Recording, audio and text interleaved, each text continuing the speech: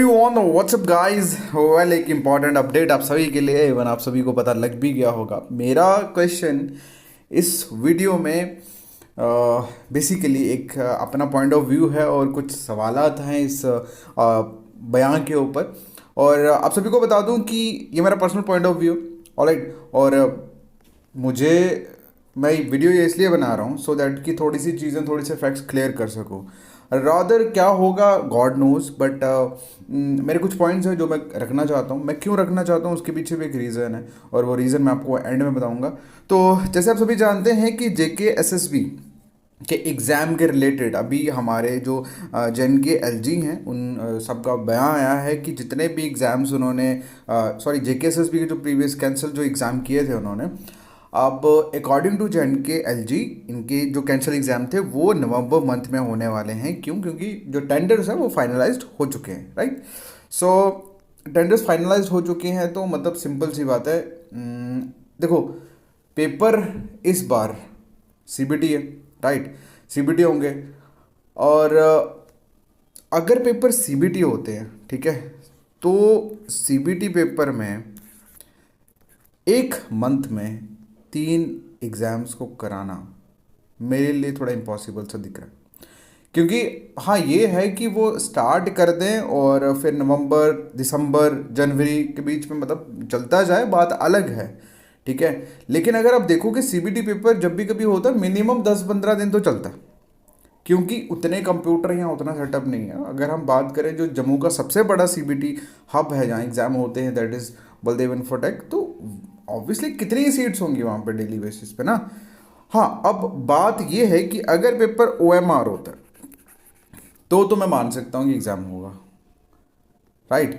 तो finally basically according to me एक महीने में, क्योंकि अगर दिसंबर में बर्फ़ पड़ती है तो ड्यू टू वेदर कंडीशंस मुझे नहीं लगता कि वो अलाउ करेंगे किसी स्टूडेंट को। अब कुछ अगर किसी एक जगह से कुछ 10-15 बच्चे नहीं आए तो उनके लिए फिर अलग शिफ्टिंग करनी पड़ेगी। तो देखो, मैं एक चीज़ बता दूं कि इस वीडियो के थ्रू मैं कोई नेगेटिविटी नहीं फैला रहा हूँ। मैं सिर्फ एक फैक्ट्स के ऊपर बात कर रहा हूँ, और मैं ये वीडियो क्यों बना रहा हूँ मैं ये भी बताऊँगा। ठीक है।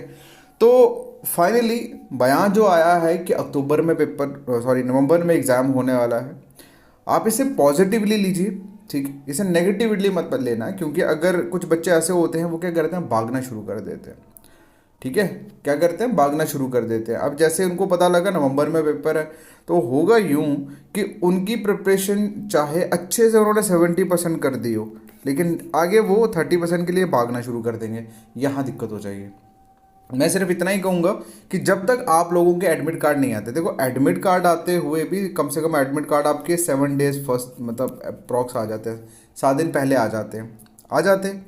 तो आपके एडमिट कार्ड तक कोई भी चीज़ क्लियर नहीं है।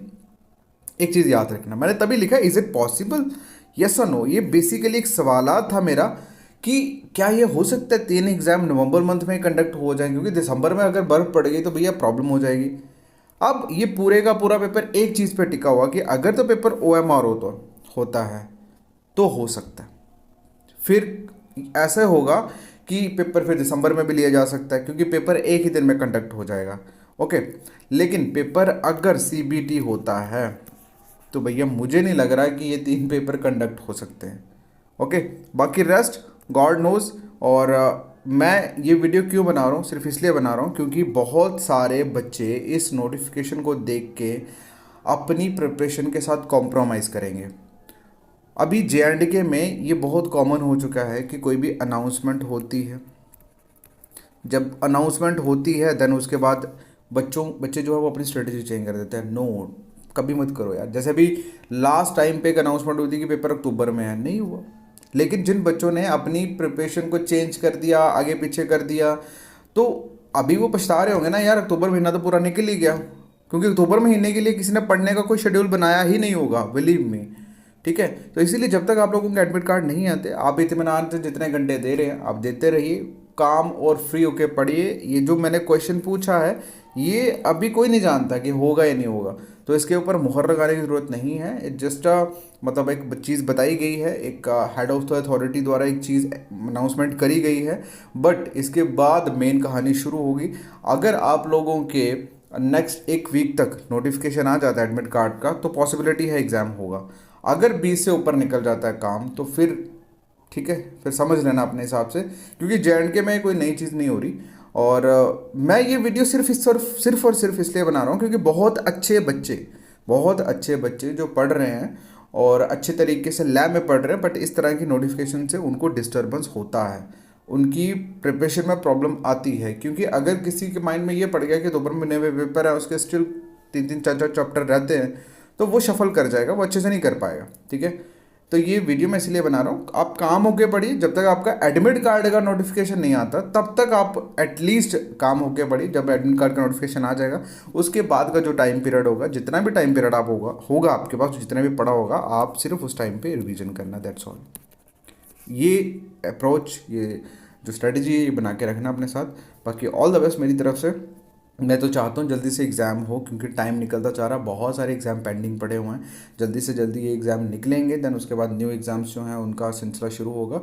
ओके, लेकिन मैं ये भी नहीं चाहता कि इन नोटिफिकेशन की वजह से कोई एक डिज़र्विंग कैंडिडेट अपनी प्रिपरेशन में थोड़ा बहुत ऊपर नीचे कर दे। उस थोड़े बहुत ऊपर नीचे करने से, अपनी थोड़ी बहुत स्ट्रेटजी को चेंज करने से उसकी मार्क्स में 1-2 कम हो जाए, उसका सिलेक्शन ना हो। मैं ये भी नहीं चाहता। ठीक है, तो बी कम, बी कूल, और let's see what happen. Okay, so जब तक आपका नोटिफिकेशन नहीं आता एडमिट कार्ड का, तब तक आप जैसे पढ़ रहे हो, ठीक है, जैसे जैसे स्ट्रेटेजी बनाइए, keep continue that. After that जैसे नोटिफिकेशन आता है उसके बाद जितना भी वक्त होगा, just do revision of all the content that you have read. Right, all the best, thank you so much. Video अच्छा लगा तो लाइक ज़रूर करना और अपने फ्रेंड्स के साथ भैया शेयर ज़रूर करना। Okay, bye bye, take care.